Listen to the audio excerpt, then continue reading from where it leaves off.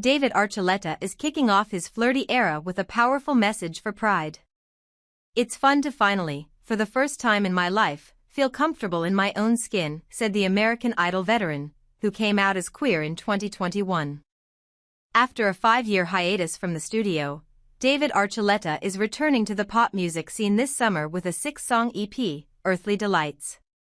The American Idol veteran, 34, shared a taste of his new music by unveiling the EP's much-buzzed-about first single, Crème Brûlée, in March. The accompanying music video finds the Utah-raised pop artist showing off a newly chiseled physique while strutting and striking poses beside a 3-person dance troupe. Crème Brûlée gave Archuleta, who is of Spanish and Honduran heritage, a rare opportunity to incorporate Spanish lyrics into his music. "I feel a little sexier when I'm singing in Spanish," he quipped to HuffPost. The song also fits neatly into the inclusive, forward-thinking narrative of Earthly Delights, Archuleta's first musical project since coming out as a member of the queer community in 2021. "I wanted to just feel comfortable in my own body, and I feel like I had to go against what I was raised to believe to do that," said Archuleta, who grew up in the Mormon church. "Being a queer person and knowing that since I was little, I was always fighting and wrestling with myself. And being a person of faith, you're encouraged to be uncomfortable with yourself if you're queer. Finally in my 30s, I was like, wait, this isn't something to fix. Humans are sexual beings," he continued. "I'm going to kiss a boy. I'm going to be flirty. I'm going to dance. It's fun to finally, for the first time in my life, feel comfortable in my own skin." Earthly Delights hits streaming platforms August 15, after which Archuleta will embark on a U.S. tour, with performances in New York, Atlanta, and San Francisco, among other cities.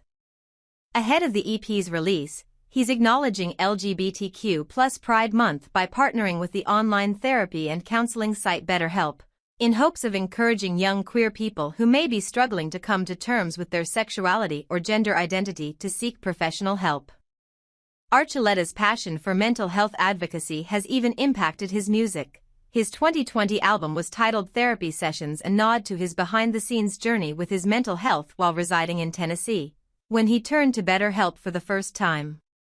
"I'd already come out, but I still was afraid to talk about it, because of the mixed signals and the mixed emotions I got from my own friends and family," Archuleta said, pointing to the many challenges LGBTQ+ people are currently facing across the U.S., particularly in Tennessee and other conservative states.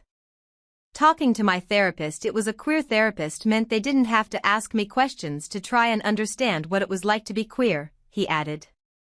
People in the LGBTQ+ community experience severe anxiety at a much higher rate than the rest of the population. It's 1 in 4 people in the LGBTQ+ community who deal with severe anxiety.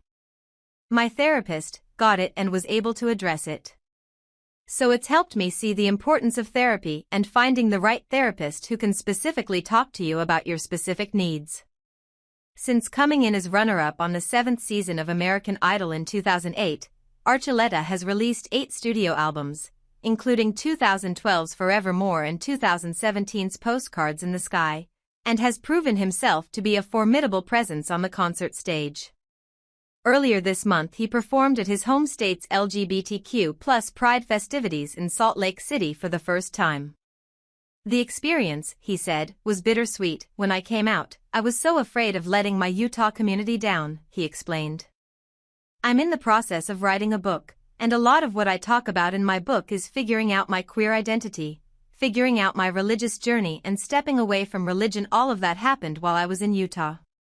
It's also where I learned a lot of the homophobia that I get," he added.